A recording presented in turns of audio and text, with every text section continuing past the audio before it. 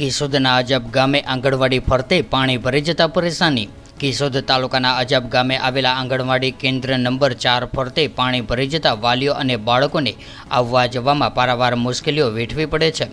કેશોદના અજબ ગામે આવેલી આંગણવાડી કેન્દ્રના સંચાલક બહેન દ્વારા ચોમાસું બેસે તે પહેલા જવાબદાર અધિકારીઓ અને પદાધિકારીઓને રજૂઆત કરી આસપાસના મુખ્ય માર્ગ પર પડેલા ખાડાઓમાં માટી પુરાણ કરી આપવા અને વહીવટી પ્રક્રિયા પૂર્ણ કરીને બ્લોક ફિટ કરાવી આપવા રજૂઆત કરી હતી। ત્યારે આમ છતાં પણ ગંભીરતા દાખવીને અગ્રમતા સાથે કામગીરી હાથ ધરવામાં ન આવતા તાજેતરમાં જ પડેલા વરસાદ બાદ પરિસ્થિતિ કફોડી બની ગયેલ છે।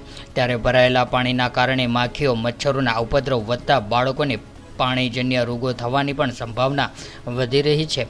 ત્યારે કેશોદના અજબ ગામે આવેલી આંગણવાડી કેન્દ્ર નંબર 4ના ભૂલકાઓ બાળકો જીવના જોખમે આંગણવાડી કેન્દ્ર પર આવે છે।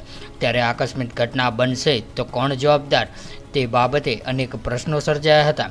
ત્યારે આંગણવાડી કેન્દ્ર પર બાળકોને તેડવા મૂકવા આવતા બાળકોના વાલીઓ આંગણવાડી વર્કર બહેન અને તેડાગરની બહેન સાથે વિના કારણે રકઝક થવાના બનાવો પણ બને છે। ત્યારે જવાબદાર તંત્ર દ્વારા વહેલીસર કામગીરી હાથ ધરવામાં આવે તેવી માંગણી કરવામાં આવી હતી। અમે અહીંયા બાળકોને મૂકવા આવીએ છીએ, ફરતું પાણીનું ભરેલું હોય છે અને આગળ બ્લોક નાખેલા છે અને આ નીચી જગ્યા છે એટલે બારોબારથી નહીં પાણી અંદર આવે છે। તો અહીંયા બ્લોક નાખીને ભરતી કરવા માગે છે અને ઊંચું કરવા માગે છે। અમારે અહીં બાળકોને મૂકવા આવીએ અને આમાં ડૂબીને પડી જાય તેમાં અમારે કઈ નિર્ણય લેવો? જય શ્રી કૃષ્ણ। હું અજબ 4માં આંગણવાડીમાં અજબ 4માં હેલ્પર તરીકે ફરજ બજાવું છું।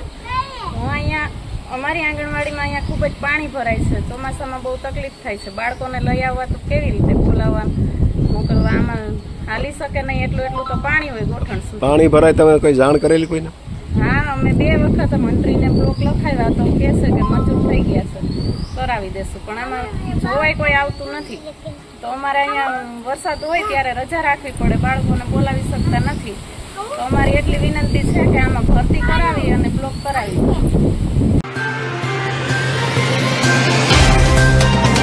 तो व्हाट्सएप, ट्विटर, फेसबुक, इंस्टा जहाँ भी आपका अकाउंट है, इसे शेयर बटन के द्वारा वहाँ पर शेयर करें।